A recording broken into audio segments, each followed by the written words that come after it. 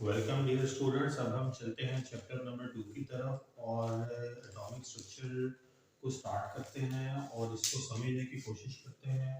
Atomic structure में structure of atom की बात होगी और structure of atom chapter number 1 में भी हमने कुछ एलिमेंट से एलिमेंट स्टडी किया था और कुछ टर्म्स हमने पढ़ी थी, जिनमें सबसे पहली टर्म जो है वो एटॉमिक मास की बात की थी, दूसरी टर्म जो है वो एटॉमिक नंबर की बात की थी।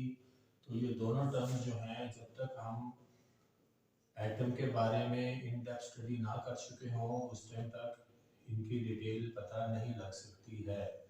यानी कि साइंटिस्ट इस पे वर्कआउट कर चुके हुए हैं कि what is the structure of the atom, और फिर स्ट्रक्चर ऑफ द एटम को स्टडी करने के बाद हमें एटम का मास भी पता लग गया और उसका एटॉमिक नंबर भी पता लग गया। यानी कि नंबर ऑफ प्रोटॉन्स की स्टडी भी हो पाई और number of protons plus neutrons के बारे में भी पता लग गया कि हर एलिमेंट के एटम में जो है वो नंबर ऑफ प्रोटॉन्स कितने हैं और उसका मास यानी नंबर ऑफ प्रोटॉन्स और नंबर ऑफ न्यूट्रॉन्स का सम कितना है। और फिर उसको इक्वेट किया गया AMU से, यानी 1/12 कार्बन C12 कार्बन के आइसोटोप के एक वैल्यू 1/12 से, तो फिर स्टैंडर्डाइज हो गया जो मास था इन ग्राम्स। तो AMU पे भी हम बात कर चुके हैं, एटॉमिक मास यूनिट, जिसके लिए कार्बन का एक आइसोटोप चुना गया, यानी कार्बन का एक ऐसा कंपाउंड या एलिमेंट जिसके नंबर ऑफ न्यूट्रॉन्स जो हैं न्यूक्लियस में डिफरेंट हैं। कार्बन के नंबर ऑफ न्यूट्रॉन्स अगर नॉर्मल कार्बन देखें तो उसके 12 हैं, 12 उसका एटॉमिक मास है, और number of protons plus neutrons 6 plus 6 करके 12 बनता है। तो इसका मतलब है 6 प्रोटॉन्स और 6 न्यूट्रॉन्स। लेकिन आपको ऐसे कार्बन भी मिलते हैं नेचर में जिनमें नंबर ऑफ प्रोटॉन्स तो 6 ही रहते हैं लेकिन नंबर ऑफ न्यूट्रॉन्स 7 भी हो जाते हैं, तो उसको कार्बन 13 कहते हैं। नंबर ऑफ न्यूट्रॉन्स 8 भी हो जाते हैं न्यूक्लियस में उसी कार्बन के, तो वो फिर C14 कहलाती है। ये C13 और ये C14, तो ये कार्बन के आइसोटोप हुए। बेसिकली कार्बन ही है विद सब्टल वेरिएशन, सिर्फ नंबर ऑफ न्यूट्रॉन्स जो न्यूक्लियस में है वो वेरी कर जाते हैं, जिसकी वजह से बहुत सारी कैरेक्टरिस्टिक्स, खास तौर पे रेडियो एक्टिविटी का फैक्टर बहुत इंपॉर्टेंट है। रेडियो एक्टिविटी बहुत ज़्यादा चेंज हो जाती है। रेडियो एक्टिविटी का फैक्टर यानी कि रिलीज ऑफ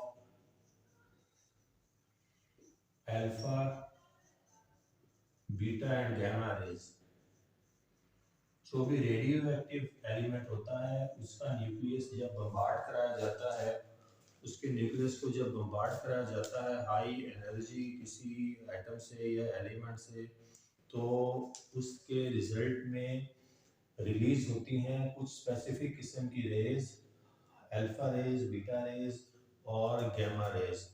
तो ये जो रेज हैं ये बहुत सारे एलिमेंट्स की, बहुत सारे मैटर की किस्मों की प्रॉपर्टीज को स्टडी करने के लिए बहुत इंपॉर्टेंट है, क्योंकि इनकी पेनिट्रेशन पावर बहुत ज़्यादा है, और जब पेनिट्रेशन पावर बहुत ज़्यादा है तो फिर हम बहुत सारे कीमियाई मादों की भी और गैर कीमियाई मादों की भी, मैटर की भी, मैटर विच सब्सटेंस की भी और दूसरे मैटर की भी जो कि सब्सटेंस नहीं है लेकिन मैटर में शुमार होता है, उसकी प्रॉपर्टीज़, मिसाल के तौर पे आर्कियोलॉजिकल साइट्स की स्टडी करनी हो, मिसाल के तौर पर हमने अब किसी इंसान की बॉडी में ही अगर ट्यूमर या कैंसर सेल्स को डायग्नोस करना है कि प्रेजेंट हैं या नहीं है, तो वहाँ पे फिर ये जो आइसोटोप्स होते हैं ये बहुत ज़्यादा वैलिड और रेलिवेंट हो जाते हैं। बहुत सारे एलिमेंट्स हैं जिनके नंबर ऑफ न्यूट्रॉन्स न्यूक्लियस में वेरी कर जाते हैं और करते हैं, तो वो जो वेरीड न्यूट्रॉन्स के साथ उनकी फिर जो स्पेसिफिक स्पीशी बनती है वो बेसिकली तो वही एलिमेंट ही है विद मेजर मेजर प्रॉपर्टीज उसी की हैं, लेकिन सर्टेन फिजिकल प्रॉपर्टीज भी और सर्टेन केमिकल प्रॉपर्टीज भी, खास तौर पे chemical properties with respect to radioactivity vary करती है, और ये बहुत इंपॉर्टेंट बात है। तो बातों में से जब बात निकली तो शुरू हमने एटॉमिक मास से की है, एटॉमिक नंबर से की है। Atomic number is number of protons, atomic mass is the sum of protons and neutrons in the nucleus of atom of an element. और ये स्टैंडर्डाइज भी हमने इसकी स्टैंडर्डाइजेशन भी की जाती है with respect to a certain isotope of carbon which is C12, यानी कि जो मोस्ट बेसिक कार्बन है वो फर्स्ट नंबर आइसोटोप उसी को कहेंगे, क्योंकि इसमें 6 न्यूट्रॉन्स हैं, दूसरे में 7 न्यूट्रॉन्स हैं, तीसरी में 8 हैं। तो जो C12 वाला आइसोटोप है जिसमें कुल मिला के जो एटॉमिक मास बनता है 6 + 6 12, तो वो वाले आइसोटोप जो है उसकी उससे रेलिवेंट एक फिगर जो है साइंटिस्ट ने चुनी थी कि जो भी एलिमेंट्स का एटॉमिक मास फाइंड किया जाए नंबर ऑफ प्रोटॉन्स और न्यूट्रॉन्स को ऐड करके उसको फिर 1/12 से आपने मल्टीप्लाई करना है तो उस एलिमेंट का मास इन ग्राम्स फिर कंसीडर होगा। तो बेसिकली क्योंकि कार्बन 12 को ही स्टैंडर्ड के तौर पर लिया गया है तो इसके 12 के 12 यूनिट्स एज इट इज ही हैं, यानी कि इसका अपना मास 12 ग्राम ही रहेगा, इसको इक्वेट नहीं करना, बाकी सबको इसके अगेंस्ट इक्वेट करना है। तो ये भी एक बात अहम है जो हमारे जहनों में होनी चाहिए। तो इसके बाद हम चलते हैं बाज़ाब्ता तौर पर ये एटम क्या है। तो एटम की बहुत सारे डेफिनेशन बहुत सारी जगहों पर मिलती हैं, लेकिन मोस्ट बेसिक डेफिनेशन वो यही है कि ये मैटर का एक बेसिक यूनिट है, it is the basic unit of the matter. तो एटम की एक बुनियादी सी डेफिनेशन जो है, atom is the basic unit of matter. Basic unit of matter है या most basic unit of the matter है। पहले एक लंबे अरसे तक ये समझा जाता था कि atom is indivisible, but atom is certainly divisible. ये इनडिविजिबल नहीं है। और ये आजकल जो न्यूक्लियर रिएक्शंस होते हैं, न्यूक्लियर रिएक्शंस जिसमें किसी भी एलिमेंट के एटम को तोड़ दिया जाता है, वो इस बात का गवाह है कि एटम का न्यूक्लियस जो है को तोड़ा जा सकता है, यानी सब एटॉमिक पार्टिकल्स तक को तोड़कर मजीद सब एटॉमिक पार्टिकल्स जनरेट करवाए जा सकते हैं। तो 3 सब एटॉमिक पार्टिकल्स का एटम पे का तो हम जनरली डिस्कस करते हैं और यहाँ भी करेंगे, जिनका भी जिक्र हुआ है, प्रोटॉन्स, न्यूट्रॉन्स और इलेक्ट्रॉन्स। लेकिन इनके अलावा भी सब एटॉमिक पार्टिकल्स हैं जो जब एटम को फर्दर डिसइंटीग्रेट किया जाए, तोड़ा जाए या बम्बार्ड कराया जाए किसी हाईली रेडियो एक्टिव एलिमेंट से, तो उसके नतीजे में आप किसी भी एलिमेंट के न्यूक्लियस को तोड़कर मजीद सब एटॉमिक पार्टिकल्स भी जनरेट करवा सकते हैं, जिनमें से एक का नाम है पॉजिट्रॉन, इसके अलावा न्यूट्रॉन्स, न्यूट्रिनोज भी हैं वगैरह। तो ये बहुत सारे सब एटॉमिक पार्टिकल्स हैं। हम जो है वो मोस्ट बेसिक सब एटॉमिक पार्टिकल से डील करेंगे, यानी प्रोटॉन्स, न्यूट्रॉन्स और इलेक्ट्रॉन्स। तो सबसे पहले एक बेसिक सा एटम का स्ट्रक्चर हम ड्रॉ कर लेते हैं ताकि हमारे जहन में एटम का एक नक्शा बैठ जाए। ये मिसाल के तौर पर हम अगर कंसीडर करें लिथियम को, तो लिथियम जो है वो ग्रुप 1 का फर्स्ट मेंबर है पीरियोडिक टेबल में। इसका जो एटॉमिक नंबर है वो 3 है। तो इसका मतलब ये हुआ कि इसके नंबर ऑफ प्रोटॉन यानी जमा का चार्ज न्यूक्लियस में 3 होगा। तो जितना जमा का चार्ज होता है उतना ही मनफी का चार्ज होता है। एक पहले शेल में 2 इलेक्ट्रॉन्स होंगे हमेशा, दूसरे शेल में बाकी बचे हुए इलेक्ट्रॉन्स में से अभी यहाँ पे सिर्फ एक ही आएगा, लेकिन पहले शेल में 2 और दूसरे में 8, तीसरे में 18, चौथे में 32। इसकी तफसील इलेक्ट्रॉनिक कॉन्फ़िगरेशन में स्पेसिफिकली भी देखेंगे, लेकिन यहाँ पे मोटी बात हमारे जहन में होनी चाहिए कि जो इलेक्ट्रॉन्स रिवॉल्व करते हैं अराउंड द न्यूक्लियस, पहले शेल में मैक्सिमम 2 इलेक्ट्रॉन्स अकोमोडेट हो सकते हैं, दूसरे में 8, तीसरे में 18 और चौथे में 32। तो मोस्ट ऑफ द एलिमेंट्स जो हैं वो फोर्थ शेल तक ख़त्म हो जाते हैं, फिफ्थ की ज़रूरत नहीं पड़ती। तो यहाँ पे लिथियम के केस में 3 प्रोटॉन्स, 3 इलेक्ट्रॉन्स, एक पहले में 2, दूसरे में 1 चला गया, ये अनपेयर्ड रह गया, और इसके साथ ही 3 न्यूट्रॉन्स भी होंगे, सिवाय इसके कि इसका कोई आइसोटोप हो लिथियम का और भी जिसमें नंबर ऑफ न्यूट्रॉन्स वेरी कर जाएं, वो फिर उसका आइसोटोप कहलाएगा। लेकिन जेनेरिक लिथियम जो है, मोस्ट बेसिक लिथियम जो है, उसका जो एटॉमिक स्ट्रक्चर है वो यही है। तो यहाँ पे इनको लेबल भी कर लें, तो यहाँ ये प्रोटॉन्स हैं ये इलेक्ट्रॉन्स हैं और न्यूट्रॉन्स जो है वो n से डिनोट हुए हुए हैं, ये न्यूट्रॉन है। तो बेसिकली जो इलेक्ट्रॉन्स हैं वो रिवॉल्व कर रहे होते हैं न्यूक्लियस के गिर्द इन 3 डायमेंशनल एलिप्टिकल सर्कल, जो कि बेसिकली इस तरह का नहीं है, ये 3 डायमेंशन में बनता है। इंटरनेट पे इसकी तस्वीर ज़्यादा अच्छी मिल जाती है, लेकिन बहरहाल 3 डायमेंशन होना ज़रूरी है। हम एक जनरल सा बना लेते हैं ये बताने के लिए कि ये रिवॉल्व कर रहे हैं, रिवॉल्व ज़रूर कर रहे हैं, लेकिन प्लानिटरी मोशन है। जिस तरह से सूरज के गिर्द 8 प्लैनेट्स रिवॉल्व कर रहे हैं, बिल्कुल एग्जैक्टली ये भी जो है वो न्यूक्लियस के गिर्द रिवॉल्व कर रहे हैं। तो ये मोस्ट बेसिक एटॉमिक स्ट्रक्चर है। और ये एक साइंटिस्ट था, उसका नाम था जॉन डाल्टन। उसने बात शुरू की थी एटॉमिक स्ट्रक्चर की। और मोस्ट फंडामेंटल एटॉमिक स्ट्रक्चर जो है, जो कि इसी नोयत का है, जो अभी हमने देखा है, वो जॉन डाल्टन की डिस्कवरी है। और जॉन डाल्टन जो है उसने बेसिकली एक माइलस्टोन है एक किस्म का, यानी कि मोस्ट बेसिक किस्म की इंफॉर्मेशन जो एटम की जनरेट की स्टार्ट में वो जॉन डाल्टन ने की। और इसके बाद मुख्तलिफ साइंटिस्ट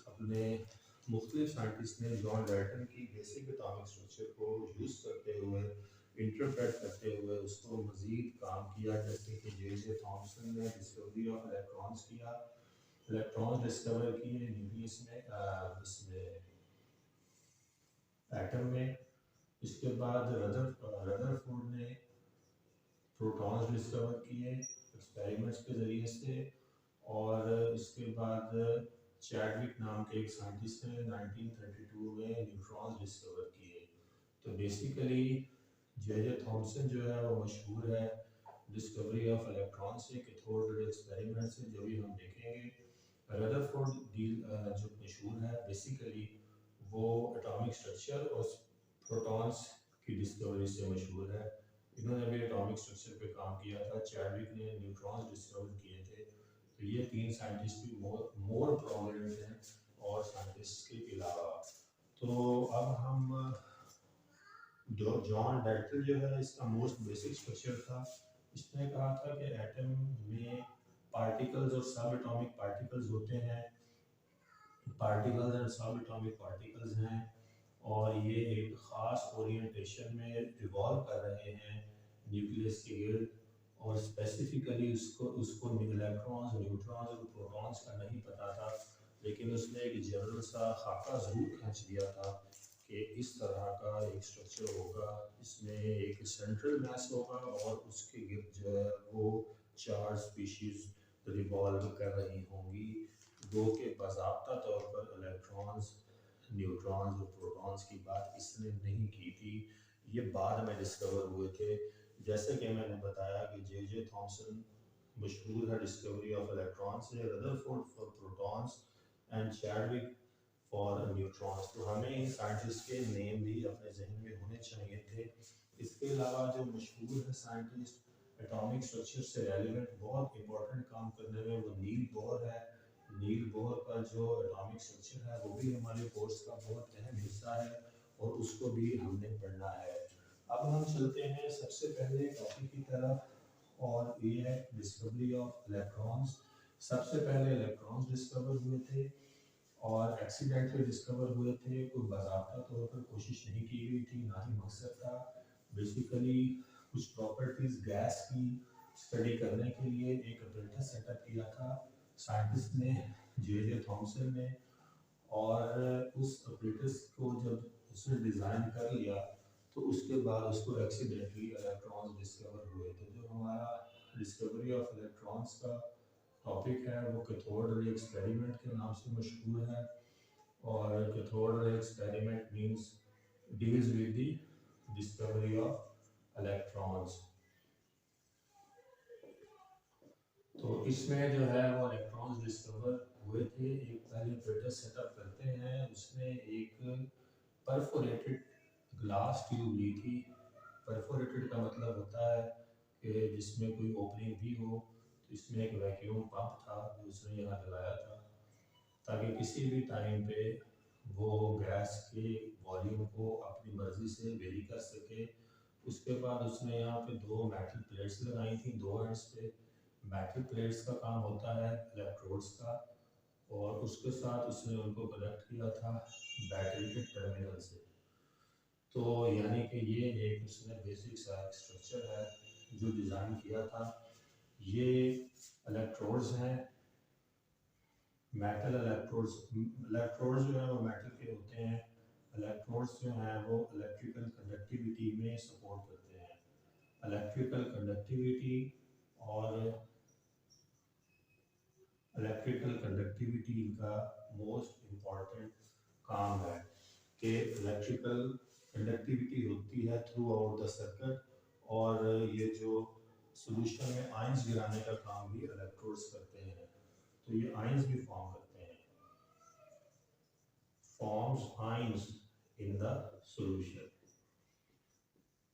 उसमें कोई भी दो मेटल्स नहीं, मेटल ऐसे लेनी चाहिए जो नॉन रिएक्टिव हो, खुद रिएक्ट ना करे, सिर्फ वही काम करे इलेक्ट्रिकल कंडक्टिविटी का या प्रोडक्शन ऑफ आयंस का, खुद ना सिस्टम के साथ रिएक्ट कर जाए, वरना वो सिस्टम कोलैप्स कर जाएगा विद अ बर्स्ट। वो डेंजरस है। इसमें कोई से भी दो मेटल ऐसे ही नॉन रिएक्टिव मेटल्स नहीं, उनको एक बैटरी के सोर्स के साथ एक्सटर्नली कनेक्ट किया, एक वैक्यूम पंप लगाया, और उसने इसमें एक लाइट सी गैस मिसाल के तौर पर हाइड्रोजन गैस फिल कर दी। फिल करने के बाद उसने देखा कि जो कैथोड एंड है, cathode and is the negative terminal of the battery, cathode is the negative terminal of the battery and anode is the positive terminal of the battery.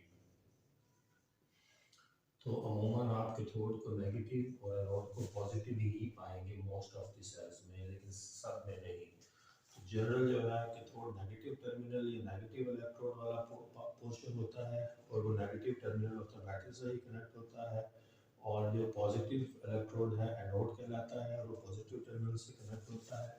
अब जब यहाँ से उसने बैटरी कनेक्ट कर दी, इसमें एक गैस मिसाल के तौर पर हाइड्रोजन गैस उसने भर दी, गैस जो है वो कोई भी उसने यूज़ की, और इसके बाद उसने अलाउ किया इस सिस्टम को, ऑटोमेट कर दिया। तो उसने वक्त के साथ देखा कि negative terminal of the battery से कुछ रेज निकलनी शुरू हुई, जो positive terminal of the battery की तरफ एक स्ट्रेट लाइन में मूव कर रही थी। और जब उसने इसको यहाँ से गुजार दिया, इनको इन रेज को इस इलेक्ट्रोड से क्रॉस करवा दिया, इनको किसी तरह से यहाँ पूरस मीडियम प्रोवाइड कर दिया, थोड़ी स्पेस दे दी, तो जब ये यहाँ से पीछे दीवार के साथ टकरा गई तो इन्होंने ग्लो भी प्रोड्यूस किया, यानी कि चमक भी पैदा की। तो बाद में ये समझ आई कि ये negative terminal of the battery से निकलने वाली ख़ास किस्म की रेज हैं, जिनमें वेव नेचर भी है और पार्टिकल नेचर भी है, और ये रेज कॉन्स्टिट्यूट कर रही हैं नेगेटिवली चार्ज पार्टिकल्स को। और ये नेगेटिव चार्ज पार्टिकल्स जो हैं इनको उसने नाम नहीं दिया उस टाइम पे, लेकिन बाद में इनको इलेक्ट्रॉन्स का नाम दिया गया। तो negative terminal of the battery यानी कैथोड से निकलने वाली रेज जो स्ट्रेट लाइन में ट्रेवल करती हैं वो इलेक्ट्रॉन्स कहलाई। तो इनकी प्रॉपर्टीज ये है कि they travel in a straight line,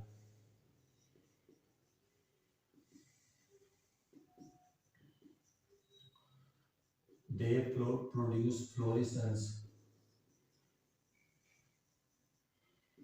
fluorescence का मतलब है चमक पैदा करती हैं जब इनको आप टकराने का मौका दें ग्लास वॉल के साथ। अच्छा, इसमें दो कंडीशन बड़ी इंपॉर्टेंट है। वो तीसरी चीज़ ये है कि जो टेम्परेचर की कंडीशन वो बहुत लो जो है, वो टेम्परेचर प्रेशर बहुत लो होना चाहिए, और इलेक्ट्रिक करंट बहुत ज़्यादा होगा तब आपको ये रेज मिलेगी। तो ये स्टडी जो प्रॉपर्टीज़ की थी वो लो प्रेशर और हाई वोल्टेज पे की। तो लो प्रेशर इसलिए ज़रूरी था, यहाँ वैक्यूम पंप का मकसद ही ये था कि कुछ गैस को एक्सपेक्ट कर लिया जाए वक्त के साथ साथ, और उसके नतीजे में जो है वो सिस्टम का टेम्परेचर जो है उसको भी डिक्रीज करने से प्रेशर लो हो जाता है, और गैस को फिजिकली इवैक्यूएट करने से भी जो है वो सिस्टम का आप प्रेशर लो कर देते हैं। तो ये बहुत लो प्रेशर करना पड़ा था और वोल्टेज बढ़ाने पड़े थे, ताकि जेन्युइन तरीके से जो है वो इलेक्ट्रोलिसिस इलेक्ट्रोड्स जो है वो अपना काम कर सकें, चार्ज जनरेशन का, और चार्ज जनरेशन इजीली कर सकें, और जो चार्ज प्रोड्यूस करें ये वो फिर गैस में से ट्रैवल भी कर पाए दूसरे अंत तक जाने के लिए। तो ये ज़रूरी था कि जो गैस की अपनी प्रॉपर्टीज़ हैं वो हर्डल ना बनने दी जाएं इस नेगेटिवली चार्ज रेज या नेगेटिवली चार्ज पार्टिकल्स की स्टडी करने के लिए। तो इसलिए फिर प्रेशर को लो कर दिया गया ताकि गैस खुद नॉन वॉलेटाइल हो जाए, किस्म की नॉन रिएक्टिव हो जाए और सिर्फ एक मीडियम बन जाए यहाँ से नेगेटिव एंड से इलेक्ट्रॉन्स के गुजरने का। तो इसलिए ये एक बहुत इसमें इम्पोर्टेंट चीज़ है। इसके बाद चौथी इसकी प्रॉपर्टी या तीसरी प्रॉपर्टी जो इसकी हुई वो ये थी कि they get affected by electric and these particles or rays, particles हैं which travels in the form of rays, they get affected by electric and magnetic field.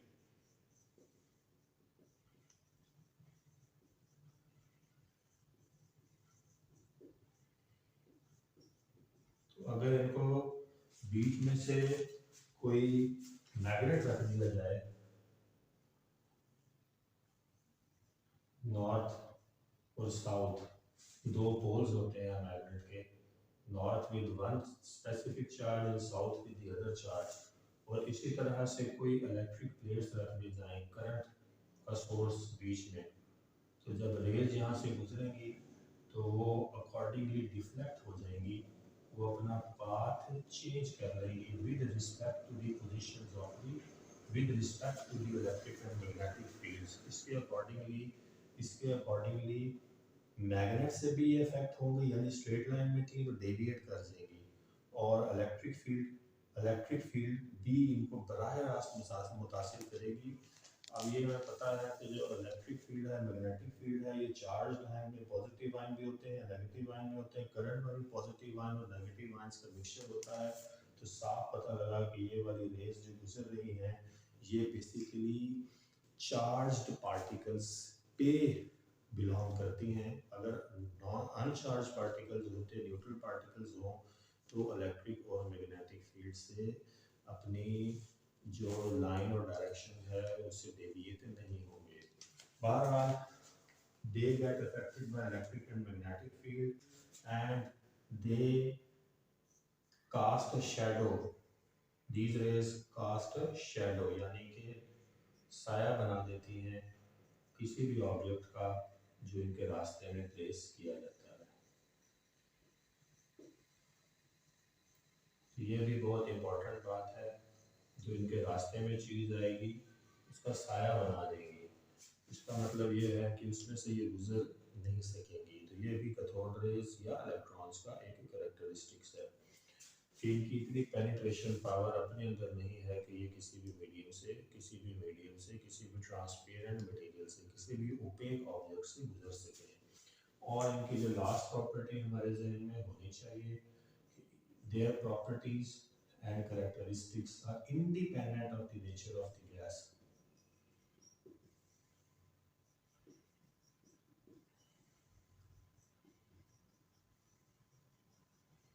तो गैस जिस नोयत की भी हो इससे फर्क नहीं पड़ता। मैंने हाइड्रोजन गैस का नाम लिया है, कोई भी ऐसी नॉन रिएक्टिव या लाइट सी गैस इस्तेमाल की जा सकती है। Hydrogen is the lightest gas क्योंकि इसका एटॉमिक मास हमें पता है 1.008 फॉर वन एटम और 2 एटम्स के लिए 2 ग्राम्स।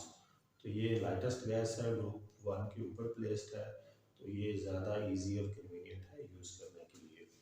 इसके बाद जब इलेक्ट्रॉन्स डिस्कवर हो गए तो इसके साथ ही फिर प्रोटॉन्स भी डिस्कवर हो गए, और वो भी इसी तरह का एक ऑपरेटर्स को यूज़ कर को स्टडी किया गया। और जब इसको स्टडी किया गया तो ये देखा गया कि इस सॉल्यूशन इस गैस के अंदर सिर्फ इलेक्ट्रॉन्स ही नहीं है जो रेस की फॉर्म में ट्रैवल कर रहे हैं, बल्कि एक और किस्म की चार्ज स्पीशीज भी मौजूद है। और बाद में जब उसको स्टडी किया गया प्रॉपर्टीज को, तो पता लगा कि इन पे नेगेटिव चार्ज के ऑपोजिट चार्ज यानी पॉजिटिव चार्ज है, और उनका नाम फिर बाद में रदरफोर्ड ने प्रोटॉन्स रखा। तो जो डिस्कवरी ऑफ प्रोटॉन्स है वो बिल्कुल डिस्कवरी ऑफ इलेक्ट्रॉन से डायरेक्टली प्रोपोर्शनल है। तो प्रोटॉन्स डिस्कवर कैसे हुए थे, यही जो भी हमने स्ट्रक्चर ड्रॉ किया है कि एक ग्लास बॉटल ली जाए, वैक्यूम पंप के साथ उसको जोड़ दिया जाए, दो मेटल की प्लेट्स जो इलेक्ट्रोड्स का काम देंगी यानी इलेक्ट्रिकल कंडक्टिविटी का, उनको एक एक्सटर्नल बैटरी के सोर्स के साथ जोड़ दिया जाए, तो आप देखेंगे कि जो है वो वक्त के साथ इसकी भी कोई ज़रूरत नहीं है, इतना सिस्टम काफ़ी है। ये negative terminal of the battery, positive terminal of the battery, negative terminal is cathode, positive terminal is anode, और करंट जो है वो सिस्टम में यहाँ से वाया इधर नेगेटिव सेल्स और इधर पॉजिटिव सेल्स डिपॉजिट होते जाते हैं गैस में। बहरहाल एक गैस उसी तरह से एक गैस जो है वो सिस्टम में मूव करनी शुरू की नेगेटिव से पॉजिटिव की तरफ, और ये भी स्टडी किया गया साथ ही कि सिर्फ नेगेटिव से पॉजिटिव की तरफ गैस मूव नहीं कर रही, बल्कि पॉजिटिव से नेगेटिव की तरफ भी कोई मूवमेंट टेक प्लेस कर रही है। तो जब इस मूवमेंट को स्टडी किया गया और रीज़न देखी गई, तो ये पता लगा कि ये जो नेगेटिवली चार्ज पार्टिकल्स हैं ये कॉज हैं। ये बेसिकली यहाँ पॉजिटिव एनोड से ये रेज डायरेक्टली ट्रेवल नहीं कर रही, बल्कि कहीं बीच में से या किसी ऐसे पॉइंट से ये मूव करना शुरू कर रही हैं, जो बेसिकली ये बताता है कि इन रेज ने यानी कि जो इलेक्ट्रॉन्स हैं उन्होंने कुछ ऐसा किया गैस के साथ मिलकर कि ये पॉजिटिव जो पार्टिकल्स हैं ये जनरेट होना शुरू हुए, और जब इस तादाद में जनरेट हो गए कि रे की फॉर्म बना सकते हुए, तो फिर इन्होंने ट्रैवल करना शुरू कर दिया नेगेटिव टर्मिनल की तरफ, क्योंकि पॉजिटिव रेज हैं तो नेगेटिव की तरफ ही मूव करना था। तो बेसिकली इनकी जनरेशन का पॉइंट एनोड नहीं है, इनकी जनरेशन का पॉइंट गैस की आयोनाइजेशन है। तो बेसिकली गैस आयंस में कन्वर्ट हुई, रीजन क्या है? Ionization of gases of gas present in the tube.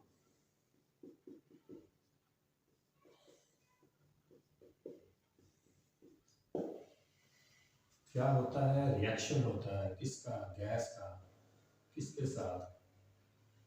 Negative charge के साथ, और उसके रिजल्ट में प्रोड्यूस होते हैं पॉजिटिवली चार्ज पार्टिकल्स जिनको प्रोटॉन्स कहा जाता है। तो ये बेसिकली केमिस्ट्री है प्रोटॉन्स की प्रोडक्शन की, और वो आयोनाइजेशन इस तरह से होती है कि जो नेगेटिवली चार्ज पार्टिकल्स हैं उसको ये हम समझे कि कोई गैस है, तो ये गैस जब आयोनाइज होगी in the presence of this negatively moving particles, क्योंकि गैस के अंदर भी पॉजिटिव चार्ज प्रेजेंट है, नेगेटिव चार्ज भी प्रेजेंट है, न्यूट्रल चार्ज भी प्रेजेंट है। गैस भी जारी बात है पार्टिकल जो सब एटॉमिक पार्टिकल्स से मिलकर बनी हुई है, गैस की एटॉमिक इन नेचर है, एटम से कॉन्स्टिट्यूटेड है, तो फिर जो नेगेटिव चार्ज जो है वो डायरेक्ट उसको अफेक्ट करेगा उसके नेगेटिव चार्ज को, और नेगेटिव चार्ज करेगा ये कि उसमें से उसको आयोनाइज कर देगा, और आयोनाइज का मतलब ये है कि उसमें से इलेक्ट्रॉन एक्सट्रैक्ट हो जाएंगे, और इलेक्ट्रॉन्स की एक्सट्रैक्शन के नतीजे में उस पर जो चार्ज आएगा वो जमा का चार्ज आएगा, यानी कि गैस जो है वो आयोनाइज होती है। मिसाल के तौर पर अगर हमने हाइड्रोजन को आयोनाइज करना है तो हाइड्रोजन इस तरह से आयोनाइज होती है, इसका एक इलेक्ट्रॉन वैलेंस शेल का रिलीज हो जाता है और ये +1 का चार्ज फॉर्म कर लेती है, तो अब ये आयोनाइज हो गई है। यहाँ पे जो आयोनाइज करने वाला एजेंट है वो नेगेटिवली चार्ज पार्टिकल यानी इलेक्ट्रॉन्स हैं। बाज़ दफ़ा हम उसकी नेचुरल करैक्टरिस्टिक्स में ये चीज़ मौजूद होती है, जैसे कि बहुत सारे ग्रुप जो ग्रुप 1 और 2 के एलिमेंट्स हैं उनके अपने करैक्टरिस्टिक्स में ये बात मौजूद है कि वो +1 या +2 का चार्ज बना लेते हैं अपने वैलेंस शेल से 1 या 2 इलेक्ट्रॉन को रिलीज करके। ये जो आयोनाइजेशन का करैक्टरिस्टिक है ये वैसे ही बहुत सारी गैसेस और एलिमेंट्स में मौजूद है, लेकिन यहाँ इस ग्लास ट्यूब के कॉन्टेक्स्ट में स्पेसिफिकली जब नेगेटिवली चार्ज पार्टिकल ने पॉजिटिवली चार्ज की तरफ मूव करना शुरू किया एनोड की तरफ, तो उसके रिजल्ट में वो गैस से इन टच हुए, इन कांटेक्ट हुए, और इस हद तक इन कांटेक्ट हुए कि उसके नतीजे में उन्होंने गैस के इलेक्ट्रॉन्स को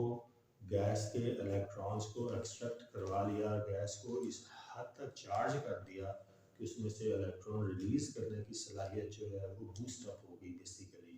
तो गैस नेगेटिवली चार्ज इलेक्ट्रॉन ने बेसिकली एक मीडियम का काम किया, एक कैटलिस्ट का काम किया, एक ऐसे एजेंट का काम किया जिसने गैस को आयोनाइज होने में मदद दी, और वो गैस ने जल्दी से फिर अपने इलेक्ट्रॉन इसी चैम्बर में रिलीज करने शुरू कर दिए, और उसके नतीजे में पॉजिटिव पार्टिकल्स भी मूव करना शुरू हो गए negative terminal of the battery की तरफ।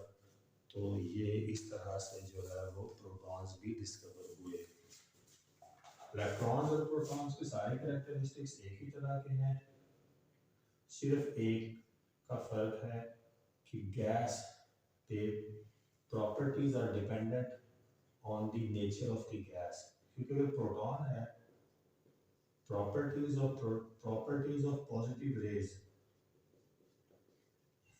are dependent on nature of the gas used.